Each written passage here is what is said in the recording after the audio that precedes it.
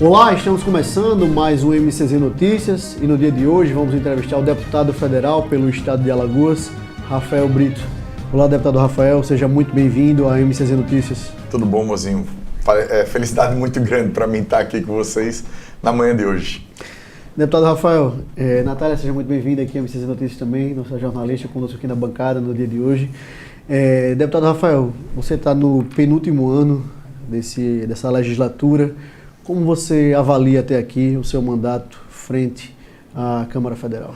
Passa rápido, viu, mozinho? A gente acha que 4 anos é muito tempo, mas termina passando muito rápido, né? Você vê aí, já tem 2 anos e meio de mandato, né? Aproximadamente. A gente começou em 1º de fevereiro, a gente não começa em 1º de janeiro. Então a gente tem mais ou menos 2 anos e meio de mandato. Eu fiz um mandato muito voltado à pauta da educação. Foi a minha pauta sempre no Congresso, porque era um compromisso que eu tinha com quem me levou até lá. Então, eu hoje sou presidente, inclusive, da bancada da educação no Congresso Nacional, ou seja, na Câmara dos Deputados e no Senado Federal. Então, eu tenho esse trabalho, né, de articular as pautas importantes para a educação, fazer a interface com o Ministério da Educação e o Congresso Nacional, combinar os textos entre a Câmara e o Senado. Então isso me ajuda muito a movimentar, a ter uma agenda concorrida. Para você ter ideia, agora mesmo em agosto, daqui a poucos dias, eu estarei levando deputados e deputadas do Brasil todo e senadores do Brasil todo para uma missão de 2 dias em Singapura. Uma missão da bancada da educação para o país que tem a melhor educação do mundo nos últimos 8 ou 7 anos.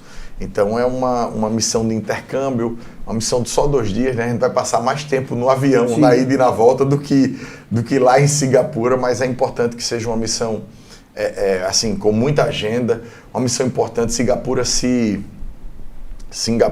destaca na valorização dos profissionais da educação.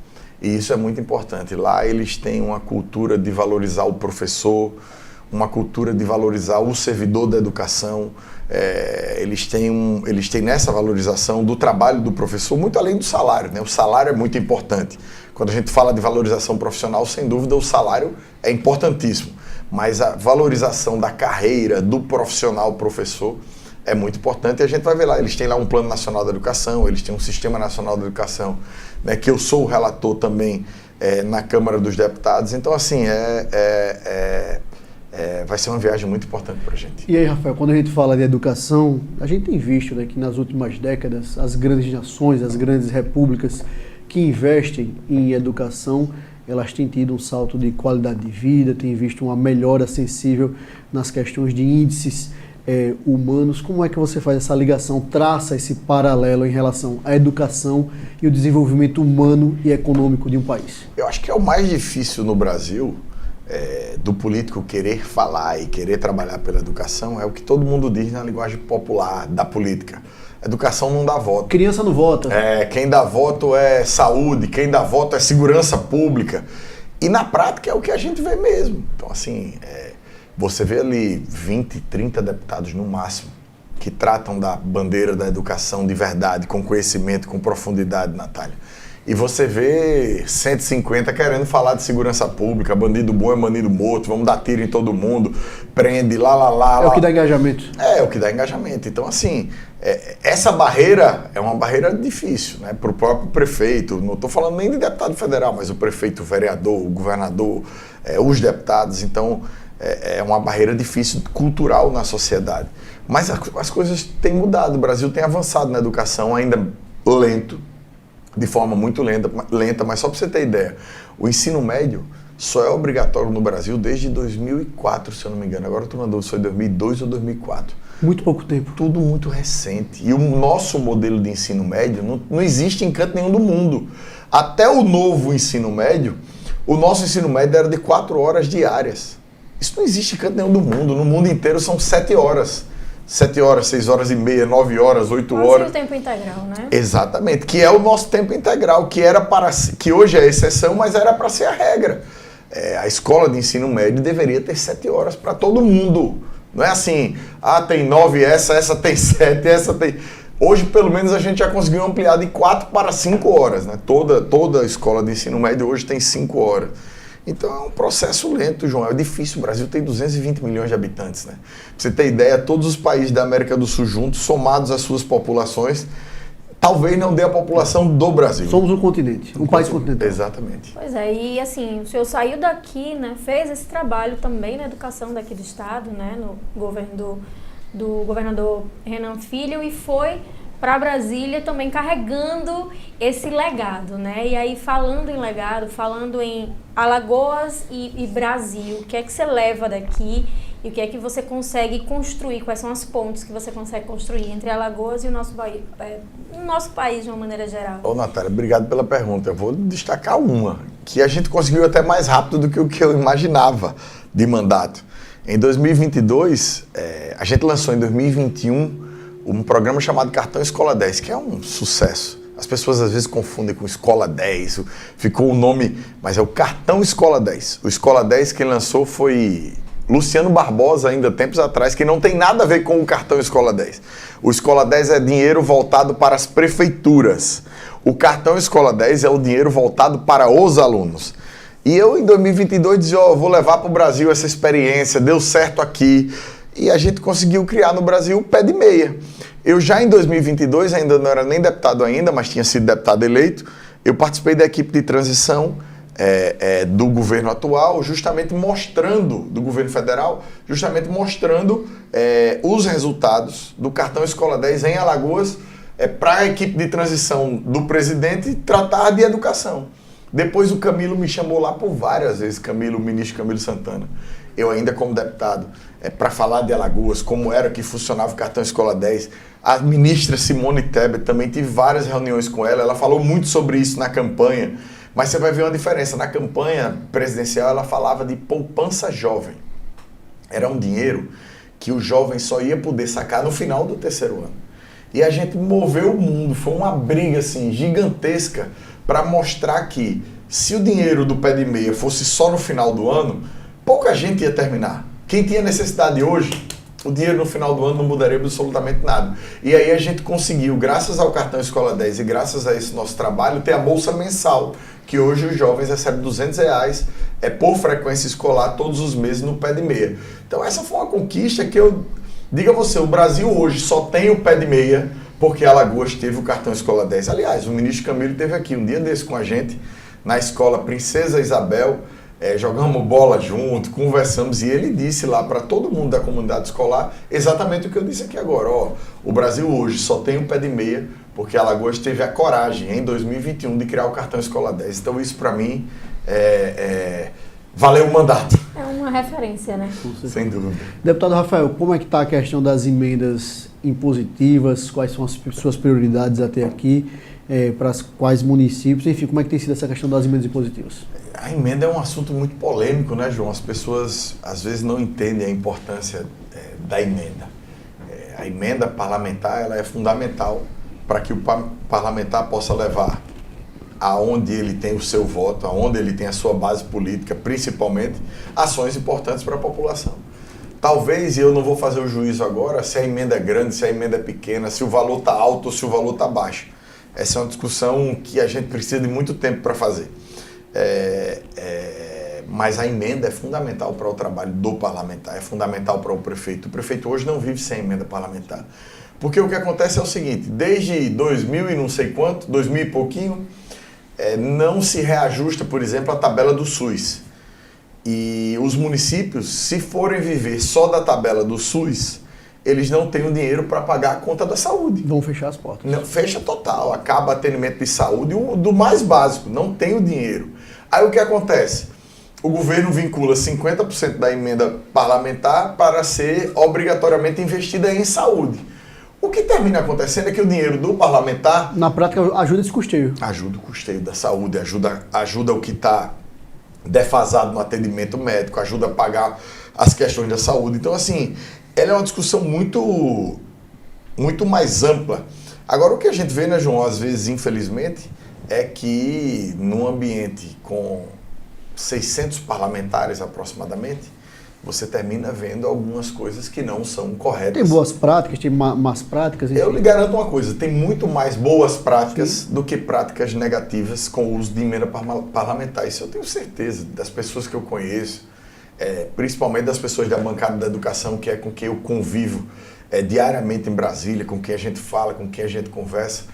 Mas tem gente que tem práticas negativas e quem tem prática negativa termina prejudicando todo mundo. Então eu acho que, na verdade, o que a gente precisa é o país como um todo fazer uma avaliação. E aí não fazer uma avaliação só de emenda parlamentar.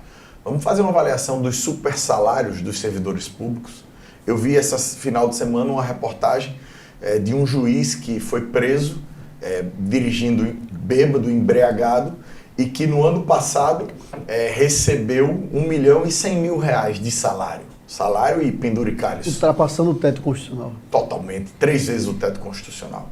Né? Então a gente precisa fazer uma discussão muito mais ampla. Né? Como é que um juiz, nada contra o juiz, aliás, minhas 2 irmãs são juízas, eu tenho muito orgulho disso. Juízas aqui em Alagoas. Estudaram muito para ser juíza. Mas como é que um juiz consegue burlar o teto constitucional e ganhar mais de R$1 milhão por ano? Auxílio moradia, auxílio alimentação, enfim. Botando ali quinquênio, não sei o que, enfim. Então, não é só a emenda que está errado no Brasil. Se tiver errado, a gente tem que fazer uma discussão mais ampla. E no próprio executivo, Mozinho, deixa eu falar um assunto aqui que eu nunca falei. O Lula vetou o aumento dos deputados federais. E a Câmara, com total legitimidade, ia criar 18 vagas de deputados federais para que estados não perdessem vagas e os que ganharam na rodada do censo continuassem ganhando. Eu sou a favor, eu sou contra, também é outra discussão. Mas a Câmara tem legitimidade, claro. A Câmara tem orçamento, ou seja, na lei está expresso que não iria criar novas despesas, ou seja, o orçamento que existia ia ser redistribuído. A Câmara votou e o Lula vetou para fazer política com a vaga. E quando ele assumiu o governo, tinham 23 ministérios, e ele não criou 20 ministérios? Hoje tem mais de 40, ministério disso, ministério daquilo, ministério da pesca, ministério não sei o que lá. E aí? Então é uma hipocrisia fazendo política com a política do outro, que ninguém senta numa mesa e consegue discutir.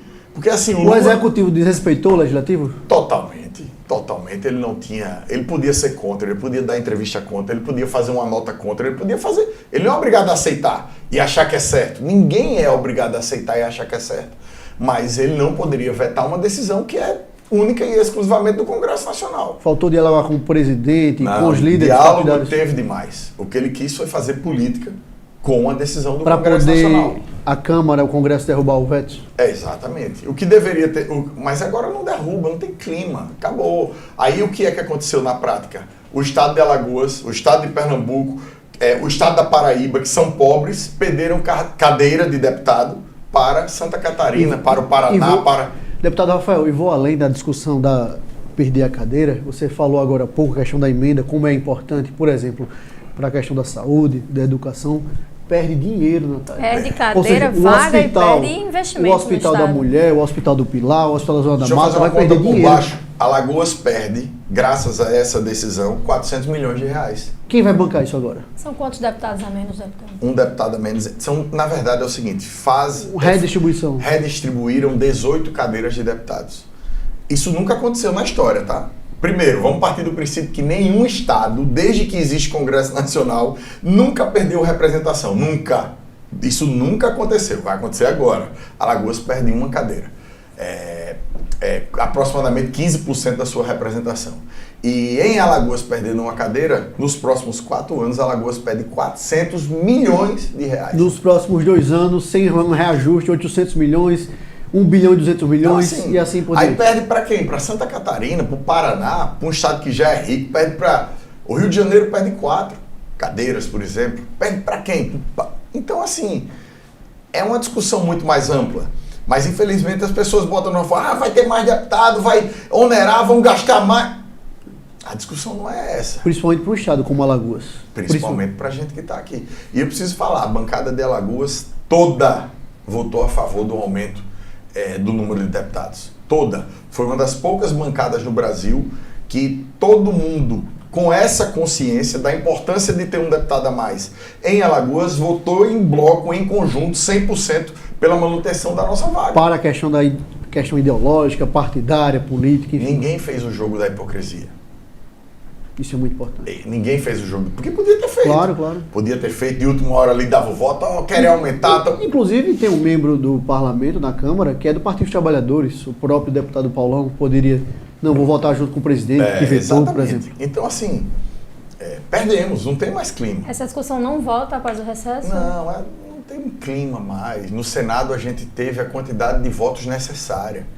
Então vai ser difícil agora ter o voto para derrubar o veto do presidente. Então não adianta, perdemos. E aí vamos ver o que é que acontece mais para frente. Porque na verdade é isso que aconteceu. E as pessoas têm que ter coragem de falar o que eu estou falando. Porque 80% das pessoas são contra aumentar o número em deputado em 18. Concordo. Mas tem que pensar a gente que é alagoano em Alagoas. Eu não posso pensar nisso. Agora, se a gente fizesse uma pergunta, se as pessoas são a favor do governo federal criar 20 novos ministérios, 80% das pessoas também serão contra. Onerando, diga-se de passagem, o orçamento. Óbvio. Porque, deputado Rafael, vamos lá. Se tivéssemos 3.000 deputados federais com o mesmo orçamento, impacto zero, só ia aumentar o número de cadeiras, de vagas, enfim. O que acontece é que o cargo de deputado perde representatividade. Né? Você tem um deputado mais fraco, mas para o Estado não muda absolutamente nada.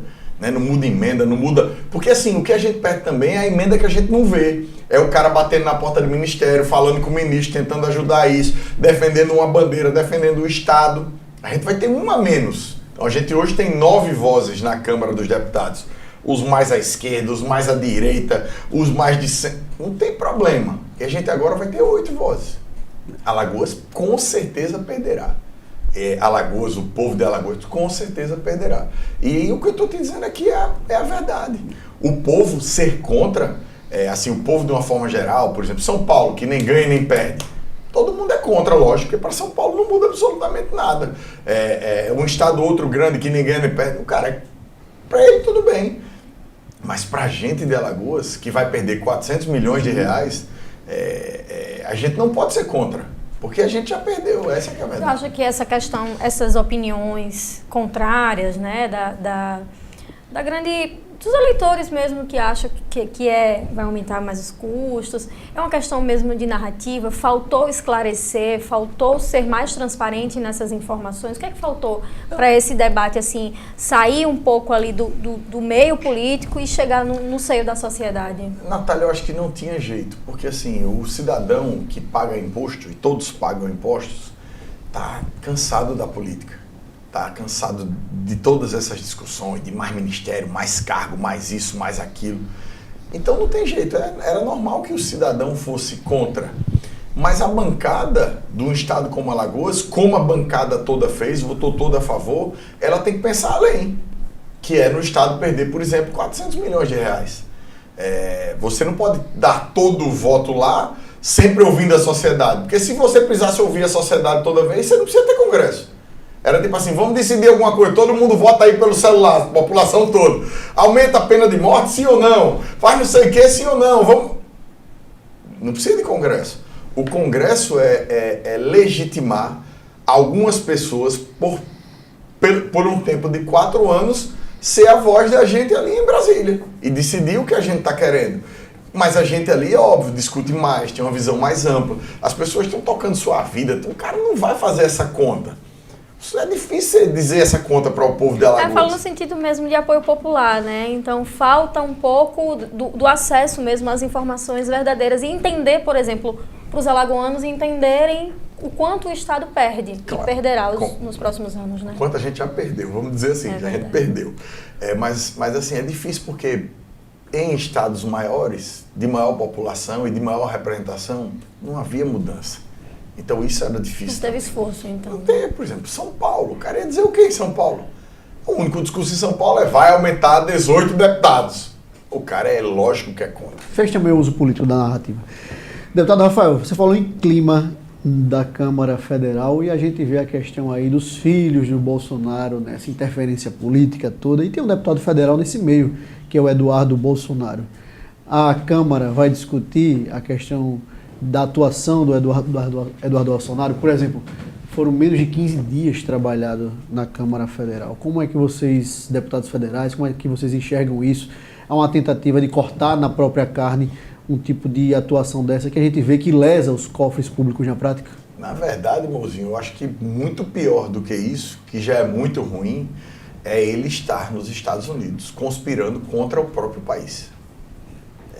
Eu acho que isso é um crime de lesa-pátria, de traição, é um crime gigantesco.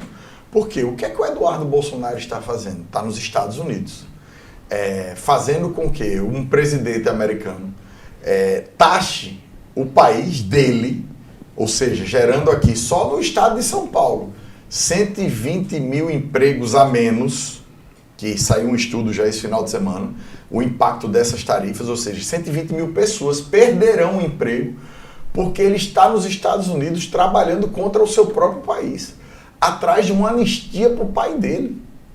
O Brasil não é uma república de banana. O presidente não liga para um ministro do Supremo Tribunal Federal e diz, para esse processo aí, porque o Trump quer taxar a gente. Que conversa é essa? Onde é que isso existe? Só na cabeça dele. Então isso é um crime por si só. Ele não tem condição nenhuma de voltar para o Brasil, porque se voltar ao Brasil será preso, porque cometeu um crime. Isso é crime, ele é uma autoridade política, uma autoridade pública que passa a conspirar contra o próprio país. Isso é um crime tal qual um servidor público vender os segredos militares de um país para outro país. Isso é um crime tal qual alguém vazar uma agenda privada do presidente da República para um país inimigo. Isso é um crime imperdoável. Você não pode conspirar contra o seu país. E o que a gente tem visto acontecer é o Eduardo Bolsonaro conspirando contra o próprio país. Porque se é assim, não, o Trump vai taxar o Brasil porque a balança comercial é inferior, que é o que ele tem feito com outros países. Isso não está errado, não. Sem usar a narrativa política. Isso não está errado. Digamos assim, ele tem tarifa comercial negativa com a União Europeia, ou seja, ele compra mais produto da União Europeia do que a União Europeia compra dos Estados Unidos. Ele tem todo o direito de tentar igualar essa barreira, igualar a balança comercial. Mas com o Brasil é o contrário. Por incrível que pareça, o Brasil compra mais dos Estados Unidos do que os Estados Unidos compram do Brasil. Então não existe... fulano vai negociar com os Estados Unidos. Negociar o quê? Que não é sobre nenhum princípio objetivo. Nada é objetivo, tudo é subjetivo. Negociar como? Não há o que negociar. É uma atitude meramente política, de uma coisa que não tem saída. Ninguém vai votar a anistia do Bolsonaro porque o Trump está pressionando o Brasil. Se for para fazer isso, é melhor pedir o Trump para anexar o Brasil. Trump não queria anexar o Canadá, né? Se for pra gente fazer isso, é melhor dizer, não, Trump, anexa aqui o Brasil, a gente vai virar o seu 58º estado, ou o que quer que seja. O puxadinho dos Estados Unidos, né? Inclusive o deputado Eduardo Bolsonaro, ele vem reiteradamente, né, produzindo provas contra si mesmo, inclusive nos vídeos, nas entrevistas, e essa possível sanção que ele pode receber aqui chegando ao Brasil, ele coloca como uma perseguição política, assim como todas as ações que são contra a família Bolsonaro, é tudo dentro dessa narrativa de perseguição política. E aí, diante de tudo isso, a gente sabe que a nossa Câmara é uma Câmara que é muito forte, né, com relação à oposição ao governo do presidente Lula. A base bolsonarista, ela também é muito forte, né, o próprio PL tem um peso muito grande. Como é que está esse clima, né? Já dá para perceber, por exemplo, que alguns aliados do Bolsonaro já estão recuando um pouco mais, já estão até com receio de tomar partido dessa situação, fora aquele pessoal mais aguerrido, né, mais assim, digamos até mais radical, que está ali junto dele, que vai até o final mesmo. Mas como é que está esse clima ali? Tanto oposição, quanto até a base do presidente Lula com relação a esse assunto. É o que se disse, Natália, só ficaram os radicais extremistas. Porque até quem é de direita, e é legítimo você ser de direita, você ser de esquerda, isso aí já abandonou o barco. Você vê que ele, esse final de semana, atirou na metralhadora contra ele que eu digo, o Eduardo Bolsonaro atirou contra o Tarcísio, governador de São Paulo, atirou contra o Nicolas Ferreira, que é um deputado federal que tem participação forte na mídia, na rede social. Então, assim, ele saiu atirando contra todo mundo. Mas por quê? Porque é indefensável o que ele está fazendo. O próprio Tarcísio, se defender o que ele faz, está morto em São Paulo, porque só São Paulo, eu repito, perde 120 mil empregos. Hoje eu estava vendo de manhã também, tomando café da manhã, o estado do Ceará, 49% das exportações de produtos cearenses são para os Estados Unidos. Então terá um impacto gigantesco, então não tem como, nem quem é bolsonarista ou quem é de direita, se manter por esse caminho, porque é um caminho indefensável. O deputado Rafael, e na prática, o Conselho de Ética da Câmara Federal, você acha que deve atuar, por exemplo, um pedido de cassação? Ah, com certeza. Mas essas coisas estão meio em suspenso no Brasil, né? Quem tem cassado parlamentar é o Supremo Tribunal Federal. Mas, assim, na minha opinião, o crime que ele está cometendo, não é que ele cometeu, ele continua cometendo, e como a Natália bem falou, ele continua produzindo todos os dias provas contra si mesmo, é imperdoável, não tem como ter mandato. Deputado, a gente não tem como tratar de 2026 com o senhor. Como é que está, na sua análise, a questão de uma possível federação do MDB para o próximo ano? Fala muito em questão de se alinhar com republicanos. Se isso de fato acontecer, você vê de forma salutar, como é que você vê esse jogo aí das articulações partidárias para 26? Eu vejo de forma muito positiva, né? Federal, o MDB e os republicanos, eu acho muito importante. Tenho, dentro das minhas limitações, tentado ajudar para que isso aconteça em Brasília, conversando. Sinto que na bancada a bancada do Republicanos majoritariamente quer a federação, a bancada do MDB majoritariamente quer a federação. Agora tem alguns entraves, né? O MDB, por exemplo, tem 3 ministérios no governo federal. O Republicanos tem filiado o Tarcísio, que é governador de São Paulo e pode ser candidato a presidente da República. Então ainda há algumas questões a serem resolvidas do ponto de vista político para que essa federação possa ou não sair, mas vejo com bons olhos e trabalho por ela. Aqui, por exemplo, em Alagoas, e equalizar um pouco essa questão de perder um deputado federal, o MDB tem 2 nomes importantes, como o do senhor, do Reginaldo Bulhões. Republicanos, por exemplo, poderia atrair o filho do Antônio Albuquerque, por exemplo, o Nivaldo Albuquerque, para essa chapa.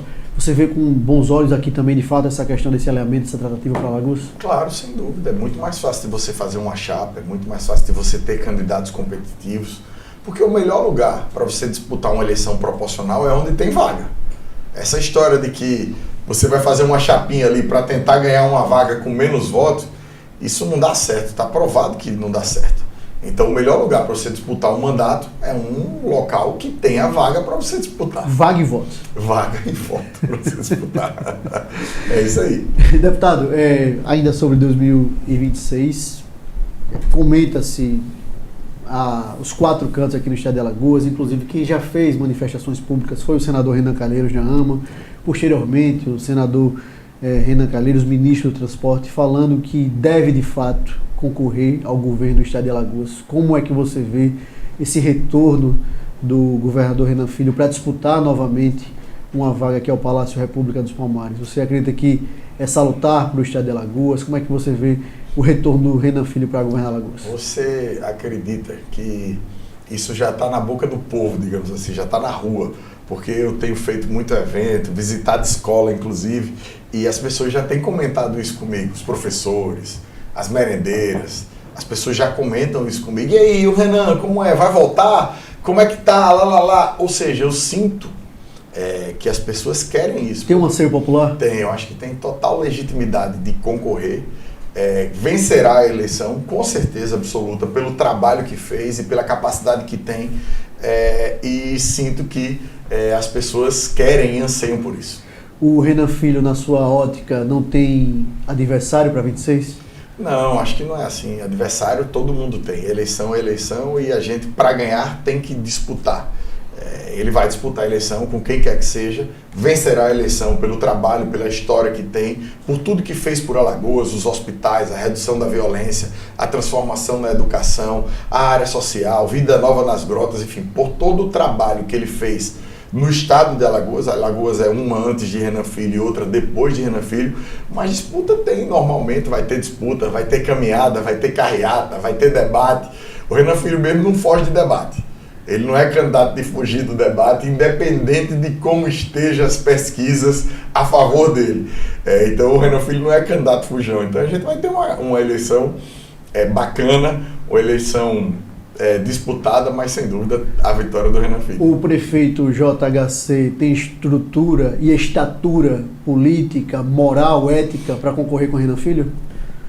Não, acho que não. Acho que não tem como ele... A vez dele não é essa, com certeza. Eu acho que ele sabe disso. Ele nunca, na minha opinião pessoal, nunca foi candidato a governador. Nunca, em nenhum momento, passou na cabeça dele em ser candidato a governador. O que é normal que aconteça é que os perus que vivem ao redor, a turma estimula. São né? muitos deputados, são muitos. Sempre assim, né? Mas a turma estimula, a turma fala, não sei o quê, eu não tenho dúvida, lá. Mas ele mesmo nunca foi candidato a governador. Eu por um momento, achei que ele seria candidato a senador. Tem toda a legitimidade de ser candidato a senador. Inclusive a mãe está ocupando a cadeira que está em disputa, então tem toda a legitimidade para ser candidato. Mas teve esse acordo agora em Brasília, ele fez um acordo com o Lula, fez um acordo com o Arthur Lira, enfim. E aí eu acredito que ele agora, se for cumprir o acordo, terá que terminar o seu mandato à frente da Prefeitura de Maceió. Pois é, deputado, muito se fala desse acordo, né? Muito se fala os bastidores. Eu não sei muita coisa não participei. Não, os bastidores. Não fui chamado a participar. Talvez a gente saiba até um pouco, né, a mesma coisa, talvez, né, João Luiz? É verdade. Mas em nenhum momento o prefeito JHC ele se coloca em nenhuma, ele não afirma, ele não nega, ele não fala, né? Ele está sempre muito voltado para as redes sociais e para a própria gestão aqui em Maceió. E aí, esse acordo, ele segue mesmo esse caminho, um acordo entre Caldas, Calheiros, Lira. Pode falar um pouco mais para a gente, você está dizendo aqui que não sabe de muitos detalhes, mas assim, essas previsões para 2026, como seria e como entraria, por exemplo, o próprio deputado Arthur Lira aí nessa equação? E aí eu vou emendar com a pergunta da Natália.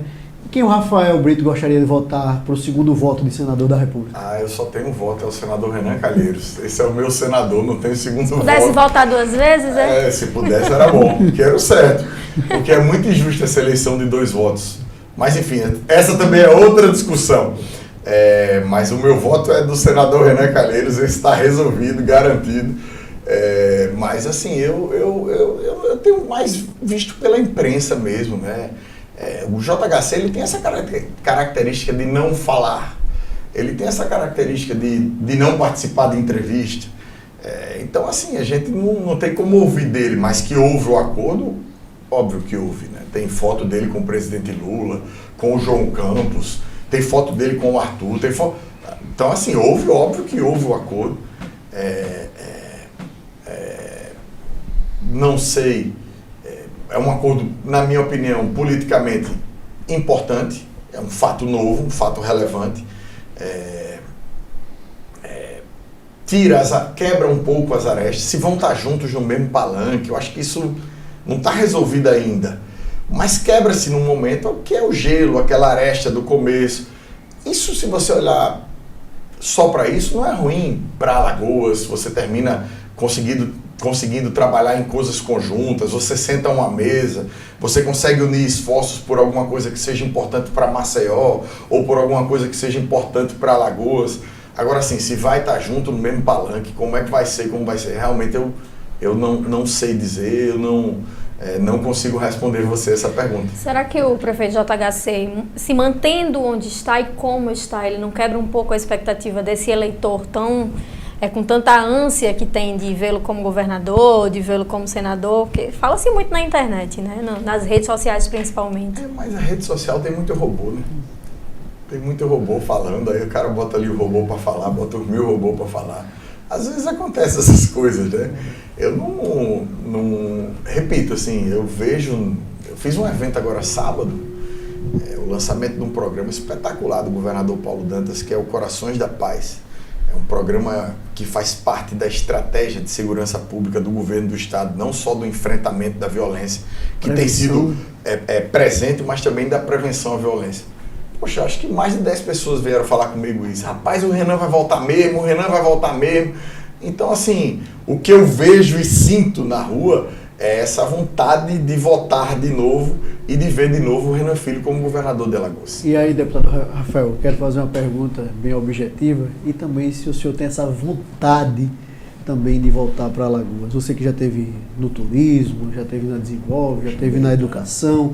E aí, desenvolvimento econômico, assim, a sua reeleição é uma reeleição bem encaminhada para deputado federal, pelo trabalho que você exerce em Brasília, mas se houvesse essa oportunidade para voltar para uma missão para Alagoas, o senhor voltaria?